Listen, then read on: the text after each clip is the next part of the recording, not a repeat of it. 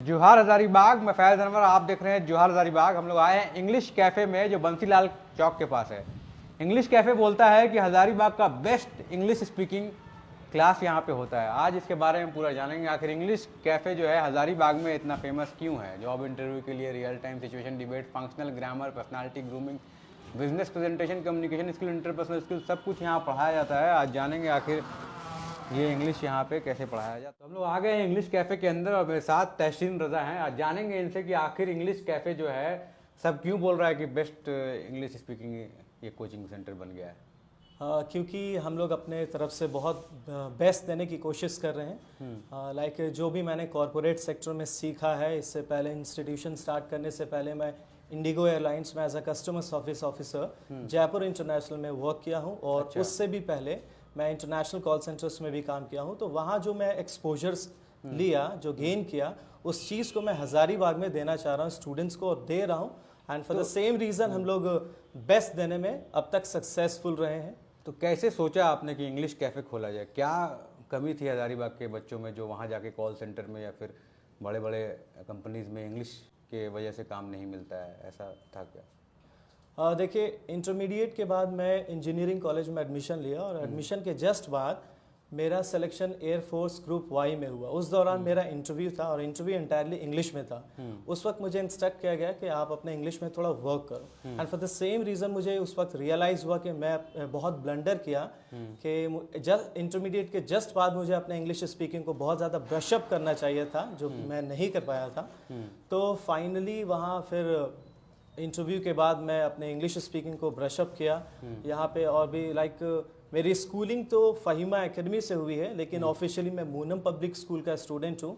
लेकिन मैं अपने आप को बहुत लकी मानता हूँ कि उस वक्त आज शहर हजारीबाग के एक जाने माने शख्सियत एहसान सर, जो कि ओएसिस स्कूल के प्रिंसिपल हैं, उसके अलावा मोइन सर जो सेंट जेवियर से थे, उनका एक्सपोजर मुझे मिला। स्कूल में वो अपना टीचिंग करियर शुरुआत किए थे उसी वक्त वहाँ पे फहीमा एकेडमी में। और बाद में इंटरमीडिएट के बाद, जैसे मैंने बताया कि इंटरव्यू के दौरान मुझे इंस्ट्रक्ट किया गया था, तो मैं मान सर जो हजारीबाग के ऑलरेडी बहुत जाने माने शिक्षक रहे हैं, उनसे भी मैं इंग्लिश सीखा। लेकिन जब मैं कॉरपोरेट इंडस्ट्री में गया तो बिल्कुल सिनेरियो बिल्कुल डिफरेंट था। तो मुझे लगा कि वहाँ से जो ट्रेनिंग मिला, जो एक्सेंचुएशन का ट्रेनिंग मिला और जो भी ट्रेनिंग्स जो एक्चुअल में मैं लैक कर रहा था, उसको गेन करने के बाद इवेंचुअली मैंने इंग्लिश स्पीकिंग इंस्टीट्यूशन को ज्वाइन किया। और इंग्लिश कैफ़े शुरुआत करने से पहले मैं कैलाश कॉन्सेप्ट एकेडमी में इंग्लिश स्पीकिंग का ट्रेनिंग देता था। तो उसके बाद फिर कब शुरू किया आपने इंग्लिश कैफ़े? ये इंग्लिश कैफ़े की शुरुआत 2017 में हुई। अच्छा, मतलब उसके 7 बाद साल हो गए? जी, लगभग 7 साल हो गए। बीच में वो थोड़ा कोरोना भी आ गया तो था। ये 7 वो सालों थोड़ा में हैम्पर हुआ। कितने स्टूडेंट्स को पढ़ाया आपने या फिर ट्रेनिंग दी? जी, इन 7 सालों में तो बहुत लंबा एक्सपीरियंस रहा। बहुत, मुझे लगता है हज़ारों स्टूडेंट्स यहाँ से ट्रेन हो चुके हैं। और इंटरेस्टिंगली एक स्टूडेंट है जो अभी इंडिगो एयरलाइंस में एज अ कैबिन क्रू, जिनका नित्या भारद्वाज नाम है, जो हजारीबाग झंझरिया पुल से ही है। अच्छा। वो अभी एज अ कैबिन क्रू काम कर रही है। हाई फाई ऑर्गेनाइजेशन हजारीबाग में काफ़ी एक्टिव है। वो बैंकॉक, इंडोनेशिया, श्रीलंका में रिप्रेजेंट किए। वो काफ़ी टाइम यहाँ पे इंग्लिश स्पीकिंग का सेशंस किए हैं। साथ ही साथ एक हरेंद्र कुमार जो एसएससी सीजीएल को रिसेंटली क्लियर किए हैं, वो भी काफ़ी टाइम यहाँ पे क्लासेस किए हैं। तो ऐसे बहुत सारे स्टूडेंट्स। और इन दिनों में हम लोगों ने बहुत अलग अलग इंस्टीट्यूशंस में वर्कशॉप भी प्रोवाइड किया। जैसे स्वामी धर्मबंधु बीएड कॉलेज में, नज़ीर सर के कॉलेज में हम लोगों ने वर्कशॉप प्रोवाइड किया, particularly mock interview session, soft skills और इंग्लिश स्पीकिंग से रिलेटेड। तो क्या क्या कोर्स होता है? जैसे इंग्लिश कैफ़े की बात करें तो जैसे हम लोग अंग्रेज़ी पढ़ते हैं तो उसमें लिटरेचर पढ़ाया जाता है कि भाई शेक्सपियर हो गया, वर्ड्सवर्थ हो गया, लेकिन यहाँ क्या सिखाते हैं? स्पीकिंग बहुत डिफरेंट है। आप लिटरेचर पढ़ लेंगे लेकिन बोलना आपको नहीं आएगा। मैं देखा हूँ बहुत सारे ऐसे स्टूडेंट्स हैं जो लिटरेचर पढ़ के पास भी कर जाते हैं, एमए भी कर लेते हैं, बीए भी कर लेते हैं, लेकिन स्पीकिंग इंग्लिश एक कम्प्लीटली डिफरेंट कोर्स है। तो वो कैसे, क्या क्या यहाँ पे होता है? जी, you are absolutely right. And even in my career, I have seen numerous students who have done their masters, graduation, but where they stuck is completely about English speaking skills. क्योंकि नॉलेज होना, English जानना और English बोलना, ये दो अलग चीज़ें हैं। अभी आपने एक रिसेंटली एक इंटरव्यू किया था सौरभ विश्वकर्मा का, जो अमेरिका में है। तो वैसे आप अगर विदेश जाते हैं किसी इंग्लिश बेस्ड कंट्री में, तो वहाँ आपको एक टेस्ट क्लियर करना होता है, IELTS टॉफल एग्जामिनेशन। वहाँ पे listening, speaking, reading, writing 4 sections में आपको क्लियर करना होता है। इसीलिए हम लोग जो अपने कोर्स मॉड्यूल में चीज़ों को प्रोवाइड करते हैं वो एक ओवरऑल कंप्लीट पैकेज होता है। चाहे वो आपका पार्टिसिपेशन डिबेट्स में हो, डिस्कशंस में हो, आपका मॉक इंटरव्यू हो, ग्रामेटिकल एस्पेक्ट्स की बात की जाए, वोकैबुलरी बेस की बात की जाए, हर तरीके से स्टूडेंट्स को स्टिमुलेट करने की कोशिश करते हैं ताकि स्टूडेंट्स का एक ओवरऑल डेवलपमेंट हो इंग्लिश स्पीकिंग के मामले में। वो ना सिर्फ इंग्लिश बोले बल्कि वैसे एग्जामिनेशंस को भी इजीली क्रैक कर पाए।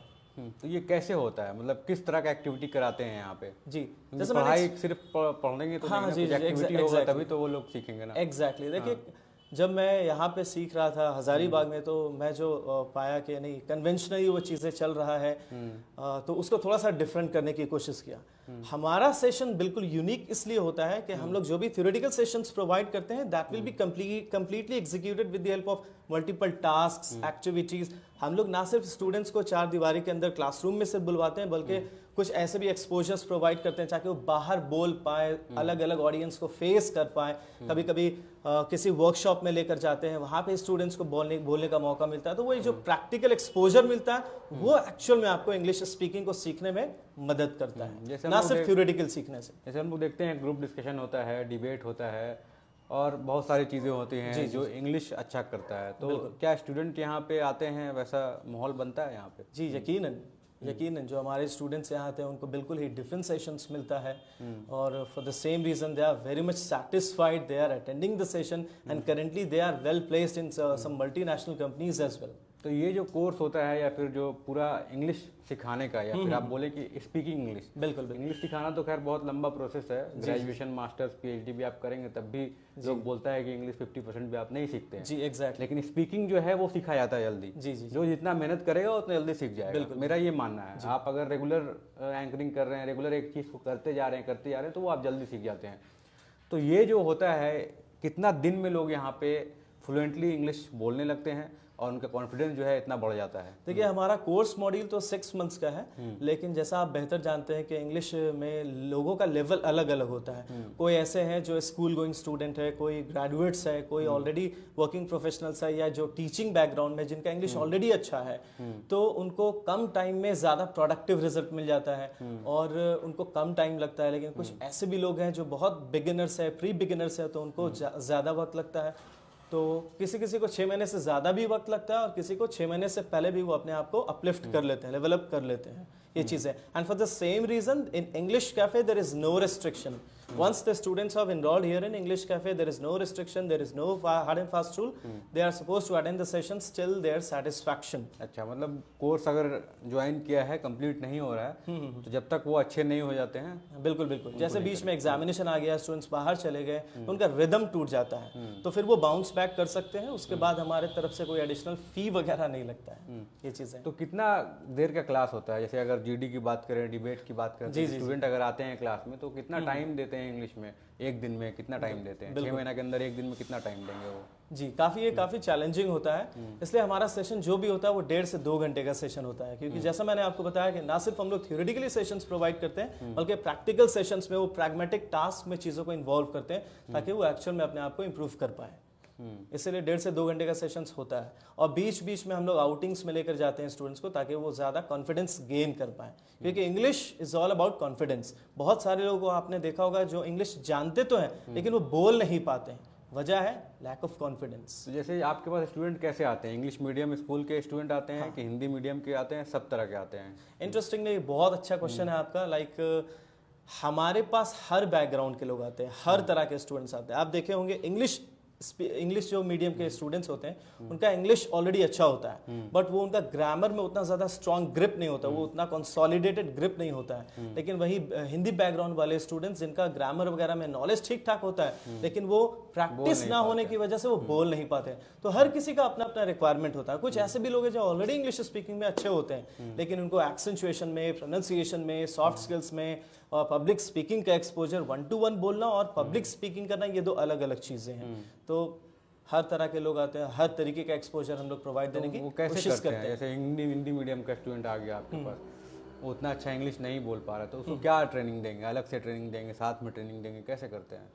देखिए, सबसे पहले तो उनको बेसिक सेंटेंस स्ट्रक्चर्स में कमांड करवाया जाता है, क्योंकि आपको अगर मैं बहुत सारे हजारों वर्ड्स मेमोराइज भी करवा दिया तो भी आप बोल नहीं पाएंगे अगर आपको सेंटेंस स्ट्रक्चर करना नहीं आएगा।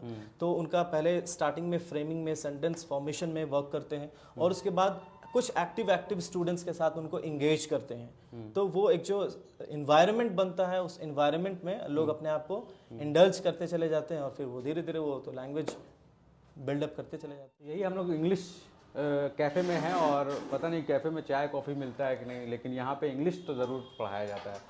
तो क्या क्या चीज़ है जो बच्चे इंग्लिश स्पीकिंग के लिए, मतलब अगर वो आएँ सीक्वेंस वाइज, क्या पहले सिखाया जाता है, क्या इंटरपर्सनल स्किल्स हो गया जो उनको सिखाते हैं स्टार्टिंग से और एंड से, ताकि उनका जो ओवरऑल डेवलपमेंट इंग्लिश में हो सके। देखिए, हमारे यहाँ ग्रामेटिकल पोर्शंस के साथ साथ multiple task hand in hand चलते हैं, क्योंकि जो ग्रामेटिकली हम लोग सीखते हैं उसको प्रैक्टिकली एग्जीक्यूट कर पाए, इसके लिए टास्क ज़रूरी है। जैसे आपका हो गया डिबेट्स हो गया, डिस्कशंस हो गया, एक्सटेम्परी राउंड हो गया, मॉक इंटरव्यू हो गया और रिपोर्टिंग टास्क हो गया जिसमें रैंडमली स्टूडेंट से कुछ क्रॉस क्वेश्चंस वगैरह करवाया जाए। तो ये सब जो चीज़ें वो एक्चुअल में स्टूडेंट्स को एंगेज करता है ये चीज़ें, क्योंकि जो जान रहे हैं उसको अल्टीमेटली आपको अप्लाई करना है, बोलना है। तो बोलना एक अलग चीज़ हो जाता है, नॉलेज होना एक अलग चीज़ हो जाता है। इसीलिए ऐसे वेरियस टास्क में एंगेज करते हैं ताकि वो अपने आप को जितना ज़्यादा इंटरैक्ट करेंगे, जितना ज़्यादा कम्युनिकेट करेंगे और जितना ज़्यादा फॉलोअप क्वेश्चंस वगैरह होगा तो उतना ही अपने आप को इम्प्रूव कर पाएंगे इंग्लिश स्पीकिंग को इम्प्रूव करने के लिए। तो इंग्लिश का कोर्स अलग हो गया, और इंग्लिश जब आप सीखने आते हैं तो उसमें स्पीकिंग होता है, स्पीकिंग हो गया, इंटरव्यू के लिए आप जाते हैं तो आपका इंग्लिश अच्छा होता है।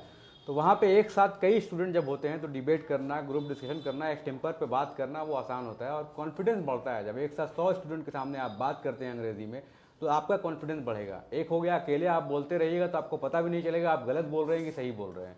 एक है कि पूरा भीड़ में आप बोल रहे हैं तो आपको कम से कम कोई ना कोई आपका दोस्त होगा जो टोक देगा कि हाँ ये गलत बोल रहे हैं, वहाँ पे फैकल्टी रहेंगे वो टोकेंगे।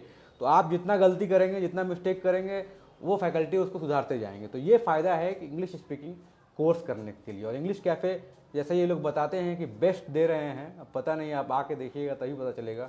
हमको भी लगता है इंग्लिश थोड़ा सीख। हाँ, तो यही है, जैसे बहुत ज़रूरी है कि आप 100 लोगों के बीच में बोलें, तो क्या ये सच में ज़रूरी है? बिल्कुल आपने सही बोला कि लाइक कोई ना कोई एक ऐसा होना चाहिए जो आपको सुपरवाइज करे कि आप सही बोल रहे हैं या गलत बोल रहे हैं। लोग जनरली ऐसा एम्फेसाइज करते हैं कि आप सिर्फ बोलो और आपका इंग्लिश स्पीकिंग इंप्रूव हो जाएगा।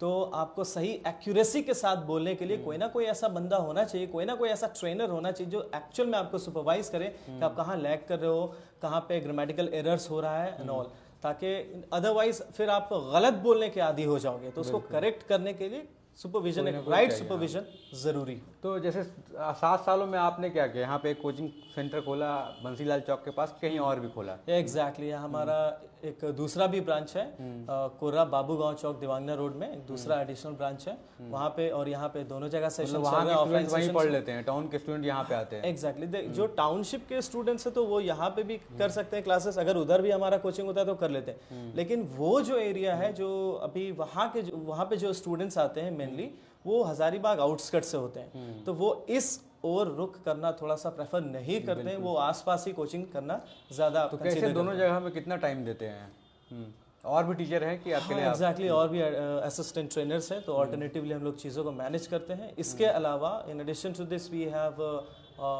The online platform as well, जहाँ पे हम लोग ऑनलाइन सेशंस को प्रोवाइड करते हैं लाइव। अच्छा, तो वो क्या पेड होता है? शाम को चलता है। वो पेड होता है कि फ्री होता है? नहीं, ऑब्वियसली वो पेड होता है। मतलब जो सब्सक्रिप्शन लेंगे वो जी करेंगे। exactly. तो किस में आता है? ऐप है आपका, यूट्यूब में है, किस में है? नहीं, वो जूम सब्सक्रिप्शन से चलता है। अच्छा, जूम सब्सक्रिप्शन में चलता है? जी, लाइव सेशन चलता है। अच्छा, तो वो हर दिन चलता है? जैसा कि आपने बोला वो पेड है या नहीं है, देखिए स्टूडेंट जब कहीं किसी चीज़ के लिए पे करते हैं ना तो वो सेशंस को डेडिकेटेडली करते हैं, अदरवाइज वो बहुत लाइटली ले लेते हैं चीज़ें। ये है। तो लेकिन आपने बोला ऑनलाइन भी कोर्स होता है, जूम से सब्सक्रिप्शन होता है, लेकिन कोई अगर यहाँ पे एडमिशन लेने आए तो क्या उसका कोर्स बीच में छूट जाएगा, या बीच में कोई लेने आया एडमिशन तो क्या वो उसको आप पढ़ाएंगे, एनरोल करेंगे, क्या होता है यहाँ पे? कुछ ऐसा सिस्टम है कि नहीं? या बिल्कुल, एक बार इंग्लिश कैफ़े में एडमिशन लेने के बाद ऐसा कुछ नहीं है कि आप फिर क्लासेस नहीं कर पाएंगे। बीच में भी सेशंस अटेंड करते हैं, तो हमारे पास मल्टीपल बैचेस होते हैं। प्री बिगिनर्स है, इंटरमीडिएट लेवल के हैं, कुछ एक्टिव एडवांस बैचेस हैं। तो स्टूडेंट्स के अकॉर्डिंगली हम लोग उनको बैचेस में इनरोल करते हैं। मतलब कभी भी वो आ जाएंगे तो उनको 8 महीना का फिक्स रहेगा? हाँ, 6-7 महीना वो आपका कोर्स करेंगे। आप पैसा दिया तो ऐसा नहीं है कि लेट से आए तो पहले का पढ़ाई नहीं करेंगे, ऐसा नहीं ना है। नहीं, ऐसा नहीं है। एक अगर स्टूडेंट भी अगर लेट से आया, स्टूडेंट्स का अगर कुछ सेशंस मिस हो गया है, तो जैसा मैंने बताया हमारे पास असिस्टेंट ट्रेनर्स हैं, तो उनको बैकअप सेशंस थॉरली मिलते हैं। तो ये कोर्स कब स्टार्ट होता है? जैसे स्कूल में देखते हैं कि मार्च में छुट्टी होता है, उसके बाद फिर अप्रैल से स्टार्ट हो जाता है, आप लोग का कोर्स कब से स्टार्ट होता है? जी, एक बहुत ही अच्छा सवाल है। अभी स्टूडेंट्स 10th और 12th बोर्ड दे चुके हैं, तो ये उनके लिए बेस्ट टाइम होता है अपने टाइम को यूटिलाइज करने के लिए। जैसा मैंने बताया कि इंटरव्यू के दौरान मुझे इंस्ट्रक्ट किया गया था कि आप अपने इंग्लिश को थोड़ा और बेहतर करके आइए। अगर उस वक्त मैं इम्प्रूव कर लिया होता तो वो ज़्यादा अच्छा मैं परफॉर्म कर पाता वहाँ पे उस इंटरव्यू में। तो ये चीज़ें हैं कि अभी स्टूडेंट्स को बहुत अपने टाइम को यूटिलाइज करना ही चाहिए। लोग ऐसे वेस्ट कर देते। तो हमारे लिए आफ्टर रामनवमी हमारा एक अपकमिंग बैच है 24th ऑफ अप्रैल से, उसमें स्टूडेंट्स एनरोल कर सकते हैं और इस टाइम को यूटिलाइज कर सकते हैं। बिल्कुल। तो देखिए, छुट्टी में जो अपना एक्स्ट्रा करिकुलर एक्टिविटीज़ को और अच्छा करना चाहते हैं, आगे फ्यूचर में कुछ अच्छा करना चाहते हैं, तो अंग्रेज़ी सीखें। इम्पॉर्टेंट इसलिए है क्योंकि बाहर जाते हैं जो लोग हज़ारीबाग से कहीं भी जाएंगे तो थोड़ा थोड़ा अंग्रेज़ी में मतलब लोग सवाल करते हैं, और अंग्रेज़ी में इंटरव्यू होता है जनरली। बड़े बड़े MNCs में हो गए, बड़े जैसे एयरपोर्ट में आप जाएंगे, एयरलाइंस में जाएंगे, और भी बहुत सारे कॉल सेंटर्स में उनको जॉब नहीं मिल रहा है, वो लोग चाहते हैं कि दिल्ली अगर गए हैं तो कॉल सेंटर में ही पार्ट टाइम जॉब कर ले। तो वो अगर यहाँ से सीख के जाते हैं तो पैसा भी कमाते रहेंगे, जॉब भी करते रहेंगे, और उसके बाद फिर अपना जो भी काम करें वो। तो एक होता है कि आप यहाँ से जा रहे हैं अर्न करने के लिए, अंग्रेज़ी अगर सीख रहे हैं तो वो हमेशा फ़ायदा ही हो। कोई भी लैंग्वेज आप सीखें तो उसको फ़ायदा होगा ही आगे जाके, ऐसा नहीं कि कोई नुकसान होने वाला है।